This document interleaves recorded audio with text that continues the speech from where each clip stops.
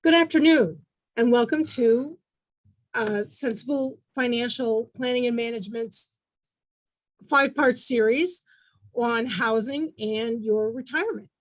Rick Miller, the CEO and founder of Sensible Financial, is here to talk about, should we buy a vacation house? In the past, he talked about buying versus renting and how that affects your bottom line, how much house you can afford. Today, should we buy a vacation house? Next, in September, will be, should we downsize or dream size? And then in October, we will do, can you count on the value of your home? The webinar will be approximately 20 to 30 minutes, after which there'll be a Q&A, and Rick will answer your questions. If you have questions, please put them in the Q&A box, and we'll be happy to answer them as soon as we can. Thank you, and take it away, Rick. Thank you, Carrie. And thanks everyone for joining us. As Carrie said, today we're going to talk about, should we buy a vacation house? But as we get ready to do that, I'd like to review the key takeaways from the series as a whole. First of all, housing is not a risk-free investment. And we'll talk about that in detail in our October webinar. But the main point is that, as we've seen just in the last year, house prices can change dramatically. And this year, homeowners have been very fortunate. House prices have gone up a lot, but they can also go down a lot. And if your plan relies on the value of your house for spending after you sell it, that's something that's very important to keep in mind. Secondly, because housing is sort of a fixed expense, we don't think about it as often as we might. So if we own a home, we're not always thinking about how much it costs, the total cost of running it and keeping it going. And it's important, if we can, to translate that big lumpy number that represents the value of the house into an annual or monthly figure so that you can compare it with the rest of your expenses. Housing is also central to the way you live and how your living standard feels, and other fixed expenses such as taxes and insurance premiums and so forth are not. And so there's something special about housing. The lifetime balance sheet, which is a tool that we use at Sensible Financial, can be very helpful in translating that or comparing that lumpy fixed expense that I talked about to other values of things that we think about usually on a monthly or annual basis. So with the lifetime balance sheet, we get the present value of earnings, for example, or the present value of your Social Security benefits. And when you do that, when you look at present values, it's easier to compare them to those lumpy expenditures like purchasing a house. Many housing expenses, if you own, are irregular, and that causes us to underestimate how much it costs to own a home. And finally, housing equity is a chunk, but it's possible to access it in non-chunky ways, in sort of annual ways, and that can be helpful in smoothing out your financial plan when it might seem that the only alternative is to buy or sell, or maybe to sell and buy a less expensive home. Okay, so having reviewed all of that, let's move on and let's think about the question of the day, which is, should we buy a vacation home in retirement when we retire?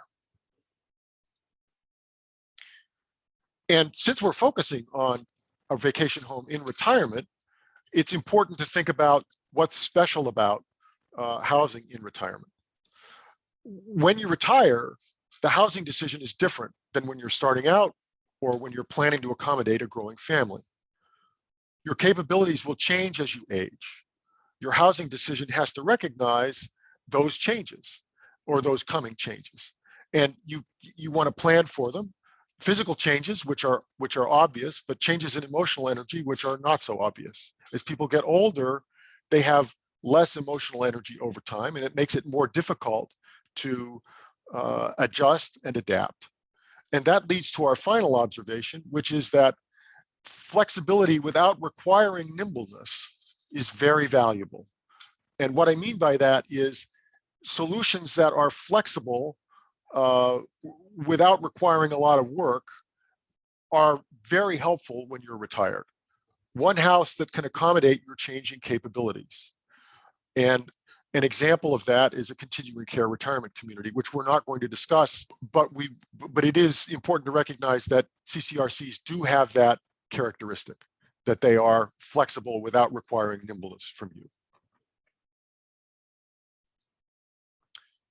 So let's reacquaint ourselves, or if this is the first webinar you're attending, meet the Robinsons. The Robinsons are our client couple today. They're going to be the couple who is thinking about buying a vacation home, and we're going to be using their situation as an example. So you see who they are and their earnings and their plan to retire at 72 years from now, and they'll start their Social Security retirement benefits then. And their earning is, or their living is certainly comfortable. They earn a comfortable living, and they don't have to worry about their children. And that's a characteristic that not all couples share. Some couples do have to think about and worry about helping their children, and that can reduce their flexibility to do other things. And as they think about retirement, the Robinsons are planning to sell their current family home and move to a smaller home. But they're also, we'll see, going to think about buying a retirement home. So in addition to their earnings, which we see here, and their Social Security benefits, and their home, they have some additional resources. They've accumulated substantial 401ks and savings, and they're continuing to save. So over the next 2 years, they will be able to grow these assets to help them in retirement.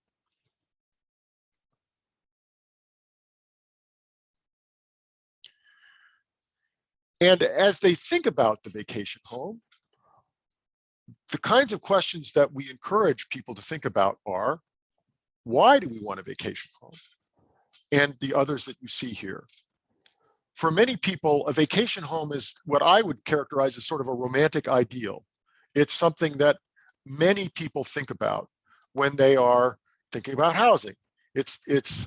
A lot of people have a favorite place to vacation or a favorite type of vacation, and they think, boy, it would be really nice. And I know I will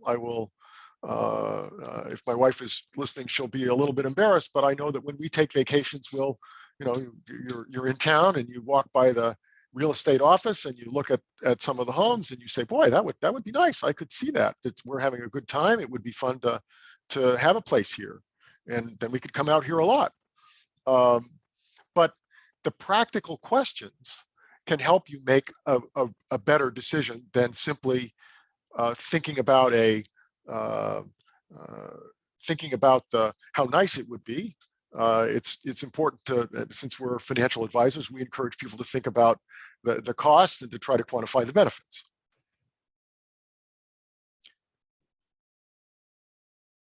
When we thought about buying versus renting, and I've borrowed this slide from that discussion, we saw that buying was like committing to rent for the life of the house. So effectively, when you buy, you're renting the house for this year, and you have you're getting a stream of services from the house, and then you're getting that stream of services from the house next year, and the year after that, and on and on and on into the future, ad infinitum, or at least until you sell a house. You're going to get that stream of services. And when you think about a vacation home, the same sort of considerations apply. Not only are you buying a stream of services into the future, but when you think about a vacation home, you also want to think about the fact that you're thinking about the stream of services over the year. And so if we're thinking about a winter vacation home, let's say, then the value of the services, the amount that would cost to rent the home during the winter, during the peak ski months of December, January, and February, will be a little bit higher. And then March and April may not be so great, but then in the summer, it's nicer. And then again, in the fall, not so great, but then we're back to December again. So when you buy the vacation home, you're buying all of those months of housing services. And an important question is, how many of them are you going to use? And suppose that we're thinking about this as a ski place, but we're not going to be able to get up there in November, but in December for sure we'll start, and then January we'll be there, but not February, because February is time when maybe we'd like to be in the South someplace instead. So we're not going to do that, but the summer is really nice. So we'll probably come up for June. But for the rest of the year, we're just going to let it sit idle. It's kind of too much work and to rent it out. And the point then is that if this is your plan, you're going to get the benefits that are circled, but you're going to pay for all the benefits. And so you're paying for a lot of housing services that you're not going to use. So back to the Robinsons now. So as we said, they're downsizing from their $1 million home. They're going to buy a $750,000 home when they retire. And since they're spending less on housing, they think it'd be nice to have a vacation home too. And if they buy it, they plan to keep it for their entire lives, because maybe the kids will want to use it after they stop using it, and they think they're skiing and it's going to be a ski house. But once they reach 90, probably they won't be skiing so much. So they probably won't use it, but maybe the kids will want to use it then. So for that reason, they're going to keep it. But because the Robinsons are clients of ours, we've encouraged them to think about the benefits that they might be able to get the benefits another way. And so we've suggested that they think about special vacations, that they would take special vacations every year until they're 90. And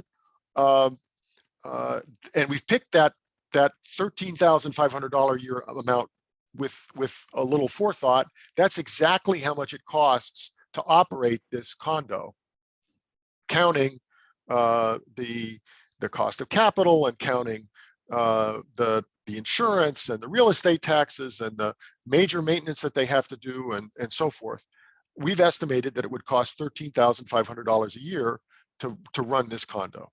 So we said we'll compare it to how things would be if, instead of buying the condo, you just took special vacations and spent $13,000 a year on vacations.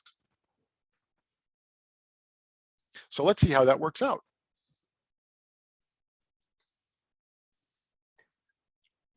When we compare buying a vacation home to special vacations to, in this case, neither, right? Then we do that comparison by calculating how much people can spend on other things, on day-to-day living, if they make those major expenditures. So in this case, we're saying that the Robinsons could spend almost $90,000 a year on day-to-day living if they downsize, but they don't take special vacations, nor do they buy a vacation home.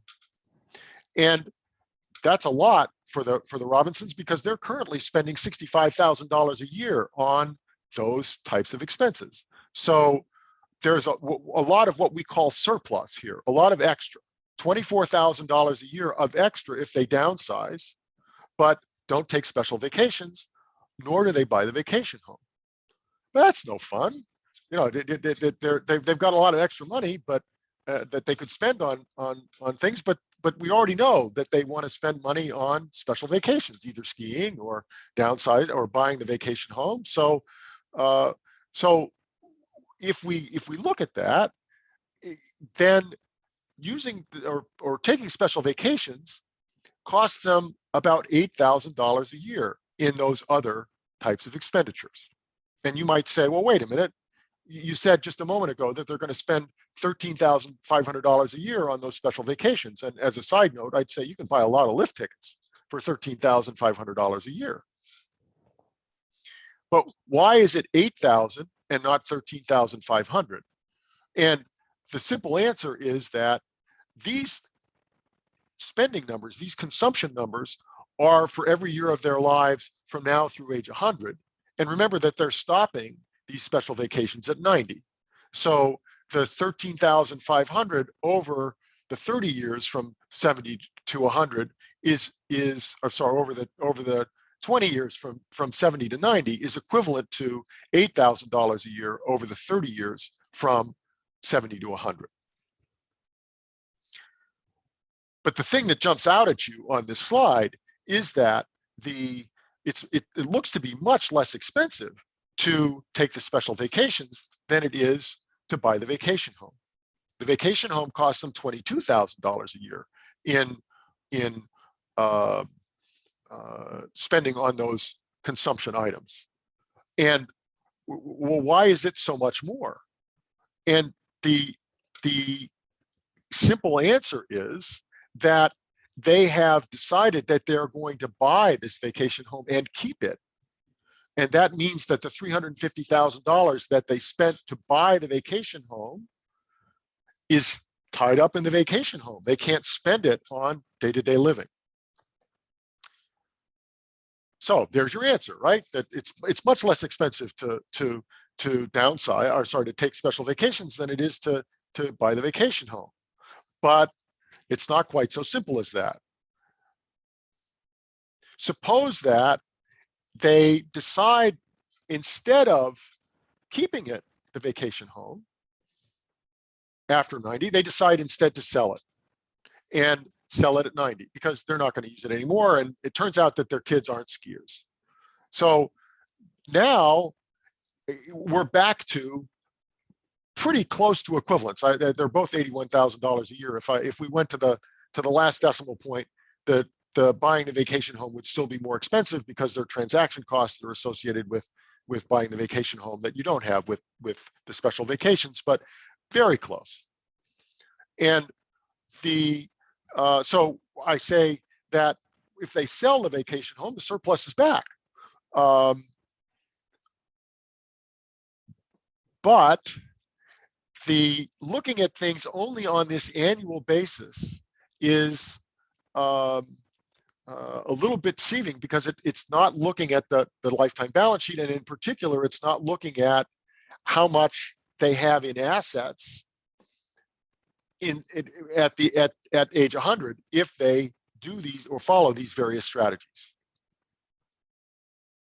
So let's look at that too.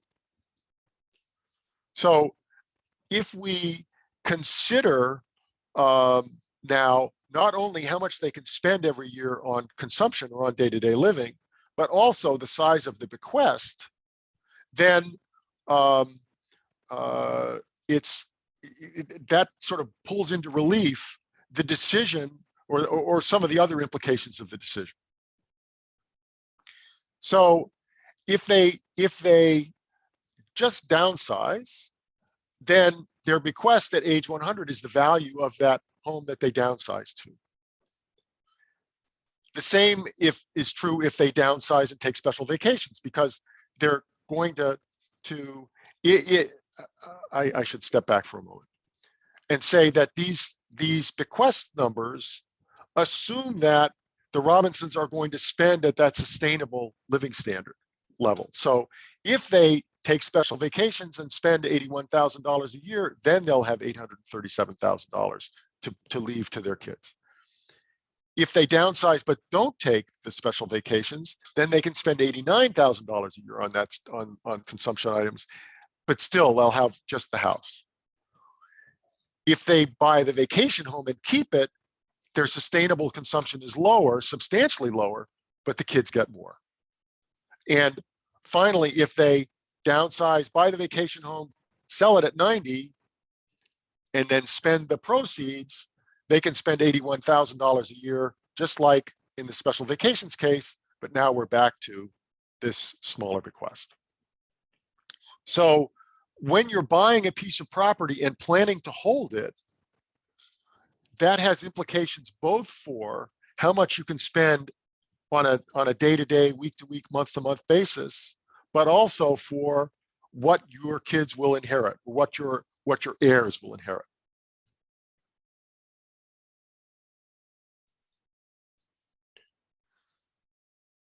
Now, you may recall that in an earlier webinar, when we were talking about buying a larger house, we said that one strategy was to buy a much larger house and then sell it later in life.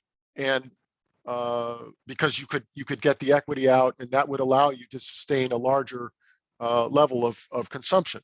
But you may remember that I pointed out that that could produce kind of a frightening situation where you'd be very short of cash at the time when you were planning to sell, and you might have to panic sell, or it might just be very uncomfortable. And in this circumstance, where we're talking about selling later on, there's very little pressure to sell. So here you see the path of assets in the case where the Robinsons plan to buy the vacation home, and then so here you see the housing equity is in blue here. These are Mark's, the husband's retirement savings, the wife's retirement savings, and their taxable assets. So as the sequence is this, they downsize and buy the smaller place, so their taxable assets go up and the value of home equity goes down. Then they buy the ski house, so that the equity in real estate goes up. And then out here, they plan to sell the vacation home, so they sell, and the value of home equity goes down, and the value of the taxable assets goes up. But there's plenty here, so that even if they get stuck and they find that they don't have the energy to sell a vacation home, or the kids say, you know, it would be nice to have it, they'll still, and nice to use it. If they're spending at their current consumption level, then which was the $65,000 a year, then financially they have no problem, even if they don't sell, because let's run it out here. If they continue their expenses at that same rate and don't sell, they still have assets left at age 100, and they have more home equity in that case.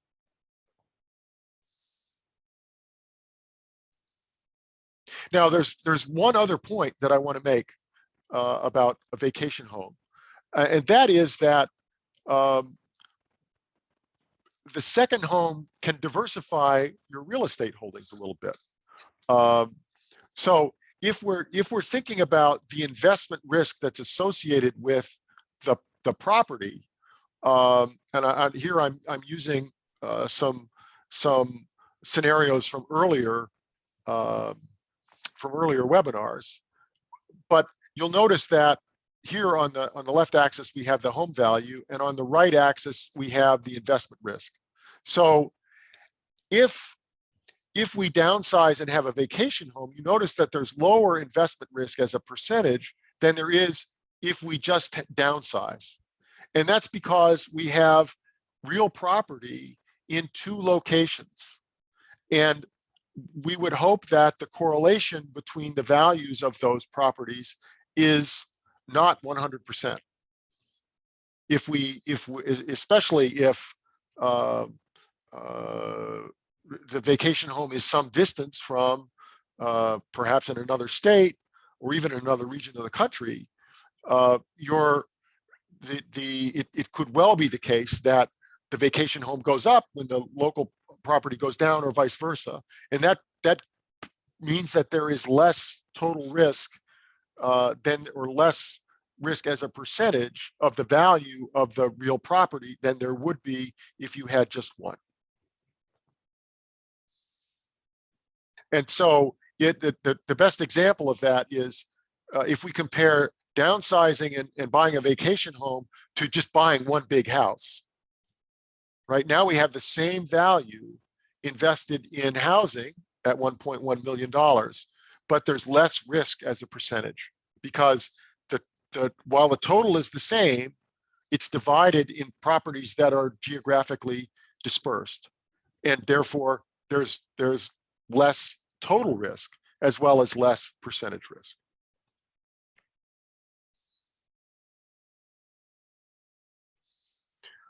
So I'd like to close by thinking about or summarizing the best reasons to buy a vacation home that we see in our practice. And those reasons we can summarize in just a few terms, even though that's a relatively long list here. The first one is we'll use it. We're going to make in effect, we'll make the transaction costs worthwhile. It would be a shame to buy a vacation home and find after 2 or 3 years that you hadn't used it at all. And then you say, well, we're just not going to keep it. We're going to sell it. But the transaction costs that you spent to buy it and then that you have to spend to sell it basically are wasted because you've never used the property. It's important to be able to afford it, both financially and emotionally. It takes a lot of effort to maintain a second home. You have to furnish it. You have to keep it clean. You have to keep supplies there. And you have to trek back and forth. And if you're getting a lot of benefit out of it, a lot of emotional benefit out of it, then those extra costs will be worth it. But if you're not using it, then, or you're not enjoying it, then those emotional costs really would add up. And finally, it's important to be able to see it as a source of flexibility so that you can say, well, we could give it up if we had to. That makes it much easier for the financial plan to have extra. So even if you do the financial plan and you plan to keep the house throughout your lives, and that seems to use up the surplus, if you're willing to give it up, then there is surplus. It's just not shown in the comparison of consumption that we make from one scenario to the next. It's a balance sheet flexibility rather than an annual spending flexibility.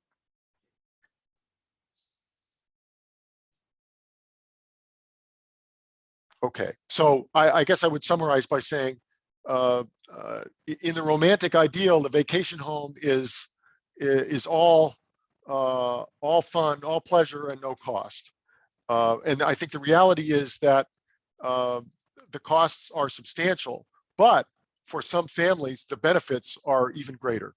And we have clients who have vacation homes who really love them and use them a lot. And but we also have clients who thought about it and decided that, for example, they would much prefer, or they do much prefer, to take vacations in a variety of places. And for them, the vacation home would just not be a good decision. Okay, I have finished the prepared remarks, and Carrie, I think we're ready for Q&A. Absolutely. Okay, we have someone who's raised his hand. Let's see. Tom, if you have a question, you can type it into the Q&A box.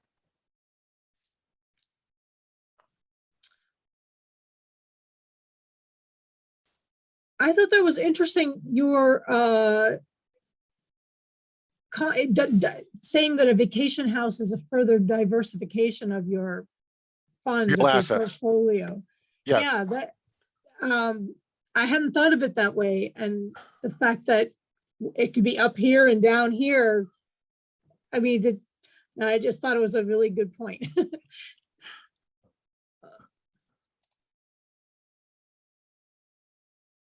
Okay, yeah. And Rob has said it, that your pros and cons about the vacation home, that's a very nice way to think about it. That if you're going to use it, it could be a great idea. If not, yeah, not so much. Okay, here's someone has asked, I assume you would use a similar analysis for purchasing, say, a motorhome. Well, now that is a very interesting question. And I haven't thought about it, but let me take a stab at that. The a motorhome is less expensive than many vacation homes, although I have the sense that you can spend a lot of money on a motorhome. So the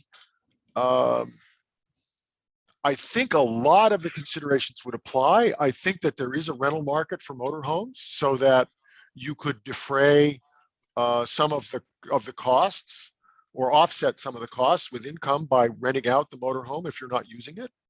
I think that the same considerations do apply. If you buy a motorhome and let it sit, then those resources are not doing anything for you, and you've paid for them, and they are wasted. The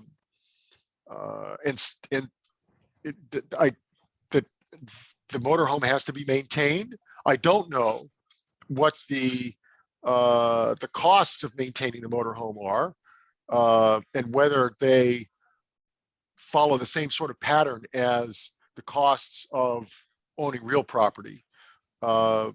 If you live in New England and you have a motorhome, my suspicion is that you would want to garage it in the wintertime, because otherwise it will depreciate faster. So there are those costs associated with it. But if we go back to, and maybe this is the thing to do, to go back to the sort of the considerations here. So I don't know that we would think about a motorhome as a place for a family to build memories. Although certainly, if as a couple or as a family that's going to travel in the motorhome, and we don't want to think too hard about National Lampoon's Vacation, which I think took place in a motorhome, and the memories that were built were not necessarily the best ones. But certainly, if you think about the motorhome as a source of experiences that you will have and that you will remember and that you will acquire kind of regularly over the year and over the years, I think that's that would be a good reason to do it. When we say we love the area, instead of we love the area and want to spend most of our vacation time there, I would say we really like travel, and we like traveling by road, and we want to spend our vacation time doing that. Then yes, that would be a good reason to buy a motorhome. We have the time, energy, desire, and resources to maintain it. And again, that will apply. And when we don't use it, we plan to rent it out, or we can afford to let it sit idle. That also applies. And we're willing to sell it later in life. And if you maintain it, it will maintain its value, and you'll be able to sell it if you need the cushion. So I think that this applies pretty well to the, and the analysis is going to be different in the sense that I suppose you could think about it as a diversifying asset, because motorhomes and the value of motorhomes and the value of real property are not going to be so highly correlated. And the implications for or the fact that you're using resources for a fixed item rather than monthly or annual expenses, that's also going to apply. So I think that yes, you could apply a lot of this to the purchase of a motorhome. Okay, well, Tom got his question in, and he says, what about the potential appreciation value of the investment home? Is it possible that could defray some of the costs of maintenance? It could. And I would encourage you to come back for the fifth webinar about the risk of real estate as an asset. Those of us who live in the Boston area and have lived in the Boston area have experienced appreciation of real estate. And so it's natural to think about the potential for appreciation in real assets. If we lived in Detroit, or if we lived in certain parts of Florida or Las Vegas, and we'd experienced the big declines in real property values in the great financial crisis, then we might think a little bit less about the potential for appreciation. I guess I would say I wouldn't plan on the appreciation as a mechanism for paying for the cost of the vacation home, but rather, if you get appreciation, that's a nice bonus. If you think about, or if you look at the increase in prices in residential real estate over long periods of time, the national rate is less than 1% real per year. So it's not a major source of benefit, and there's a lot of variation across geographic areas and over time. So it's not a steady increase, but rather there are increases and then declines.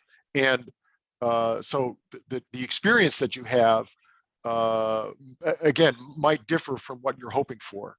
And so I wouldn't plan on it. Okay, Peter asks something that relates to what you were just talking about. What is your sense of the future of vacation home pricing? Super hot right now, but will it moderate somewhat in the future? I follow the dictates of an esteemed professor of mine who said, when predicting, never say a number and a year in the same sentence. And so I really try to stay away from predicting. I would say that what we're seeing now in the prices of real estate is reflects the changes in the way people are working, and the amount of time that they're spending working from home as opposed to the amount of time they're spending working in an office or at a place of work.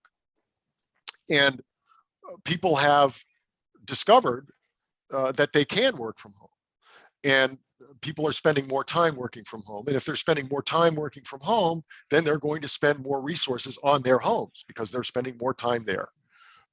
And also, people are learning that they can work from home, and that home can be lots of different places, including vacation homes. And so people are, I suspect, people are saying, well, I can work from my ski place in Vermont, or my winter place in Florida, and that's causing, this is now an opinion rather than supported by data or analysis, but this is my sense of what's going on. And we don't know whether that early return is an accurate estimate or not, right? It may well be the case that people are sort of overreacting to the opportunity, and that as time goes on, we'll find out that, yeah, it's nice to work from home and work from vacation homes, but we're not going to do it quite as much as we thought. And then we'd see the prices of residential real estate moderate, and the prices of commercial real estate improve. Or people might find that, no, we can do more than we thought. And then we're going to see a lot of realignment in prices. But I think it's going to take time, a lot of time, to sort itself out, because people are really trying to figure out, can they have, how much of a sort of an urban style life experience can they have in a vacation community, and is it what they really want? And again, I think it's just going to take a lot of time to sort itself out. I would think at least a decade before we reach a new sort of equilibrium. Another question, this is from DV. Are there any sources that would indicate how real estate values move nationally versus locally? You addressed some of that. In other words, a national recession would impact real estate values everywhere versus natural disasters having a more local impact. Could you determine what percent of real estate risk is national risk versus local risk? Well, I'm going to talk about that in October. But I would say that if you wanted to look at it, you can look at the Case-Shiller indices, which are I've forgotten now who one of the major financial data companies acquired the Case-Shiller indices. Carl Case was an economist at Wellesley, and Robert Shiller is an economist at Yale, and they did a lot of work on the prices of residential real estate over time. And those indices now are available. I think they have 30+ year time series for a lot of metropolitan areas. There are not, I think, at least I'm not aware of, really good data for rural areas or vacation areas. So you wouldn't be able to see that so much. And then there is a much longer price series for residential real estate nationally. So it is possible to do the analysis, but the data are not that easy to access. We have a question from Kristen. She says, we're in our 40s with young kids, and are there any different considerations to take into account when modeling out when you're that age as opposed to 68 like the Robinsons? Right. So there are a lot of the considerations are the same. So the question of and I think a lot of the questions are the same here. Here, I mean, we want a place for our children to build memories, right? So it's that if you say that's what we want to do, right? If you can say yes to all of these things, then you have a good basis for really seriously considering a vacation home. I would say that that when you're thinking about this, one of the biggest questions is, do you like to vacation in one place every year? Or, and I think if you're secondly, if it's kind of local to you, so if you're in Massachusetts, you're thinking about Vermont or Maine or New Hampshire, say, will you get up there more than a couple of weeks a year? Will you use it regularly? Because if you're not going to do that, will you try to rent it out? Because if you're not going to rent it out, then in effect, what you've done is just added. It's like adding on to your house, right? You've added on a lot of space to your house, and except it's somewhere else. And if you have a house that's too big, in effect, you're paying for a lot of, again, you're paying for a lot of space that you're not using. So it's important to be sure either that you're going to use it a lot, or you're going to rent it out if you're not using it, or you can afford just to let it sit there. And those, from a cost perspective, those are, I think, the most important considerations. There's one more from Margaret. We're thinking of retiring to an as yet unpurchased vacation home. Can you recommend resources to explore about the different places and housing options? I do not think I have a great answer to that question. I would say that if you're planning to retire to a vacation home, I would really encourage you to spend a year or 6 months at least there before you buy, because the lived experience can be very different from the hoped for experience, or the experience that you sort of construct from looking at the resources. The analogy just popped into my mind, and I'm going to risk it. But it's my suspicion is that there's some similarities to choosing the vacation area from resources without visiting, to kind of online dating and deciding, whether or not you're going to marry the person without ever meeting them, right? If you buy a home, that's a major commitment, because you're incurring a big transaction cost as a percentage of the value of the home. And if you buy it and you move in and find out you don't like it, then you're stuck with a large cost to get out. I can think of at least one example in our client base where people bought a place and moved there, and then decided they didn't like it and moved out. So I'd encourage taking significant vacations to the areas that you're thinking about, maybe renting for 6 months or a year before you make the decision to buy and commit. Smart. We do actually have one more question. And this is Tom asking, could you compare the long-term appreciation value of homes versus the long-term return of the S&P 500? If it's heavily in favor of the latter, shouldn't people be considering the lost investment value of putting money into a vacation home versus investing in the S&P? That's a heavy I one. think, well, it's an interesting question. I think if you're thinking about the home as an investment,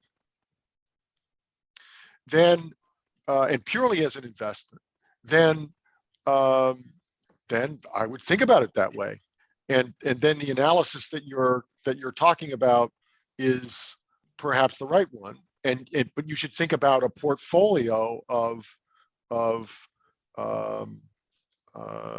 residential real estate. And if you want a portfolio of residential real estate, then or if you're thinking about real estate as an investment like that, then it's really important to recognize that if you put money into one home versus buying the S&P 500, the S&P 500 is extremely diversified. If you buy a home, it is completely undiversified. So it's much riskier, even if we bought a portfolio of homes. And by the way, now that there are I think a significant number of corporations that are investing in residential real estate, and so they're thinking about residential real estate as a portfolio, and they really do have a portfolio. And for them to compare $1 into residential real estate versus $1 into the S&P 500 is exactly the comparison that they should be making, because that's their choice. They have an investment portfolio, and they're deciding stocks, bonds, real estate, timber,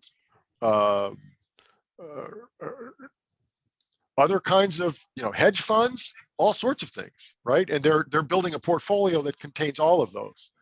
When you're buying real estate, it is, as I said, concentrated, and it's also something where you may not have an option or a good choice about when to sell it, because if you need the resources now, you can't wait to sell it, and it's lumpy in as to when you can sell it. So we tend not to encourage people to think about real estate as an investment, but rather to think about it as an expense that they're incurring over time.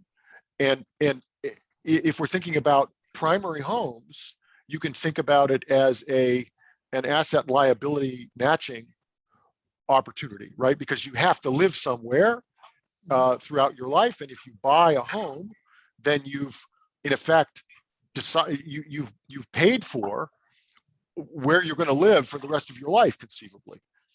If you think about the home, a vacation home as an investment, oh, I'll buy a vacation home, and instead of putting money into investments, I will buy a vacation home. Let me put this as an extreme. I'll buy a vacation home. I'll go every once in a while, but I'll wait until it appreciates, and then I'll sell it, and that will pay for all the time I let it sit idle. I think that's a very high risk activity. So I would think of the vacation home as as an asset liability matching opportunity, right? So you buy the vacation home, you're going to take vacations, you plan to make expenditures on vacations, and in effect, by buying the vacation home, you've matched now the services you're going to get from that vacation home to the vacations you plan to take, and that's, you kind of locked in the cost. So if later it becomes much more expensive, let's say, to ski at Sugarbush, and you've got your vacation home at Sugarbush, then that, or more expensive to pay for hotel rooms at Sugarbush, but you've already bought your vacation home, you lucked out, and you kind of locked in the price that you were going to pay for those accommodations at Sugarbush today, and if the cost went up later, you lucked out. If the cost went down, you overpaid a little bit. But still, you can go and stay in that home whenever you want, because you've already paid for it.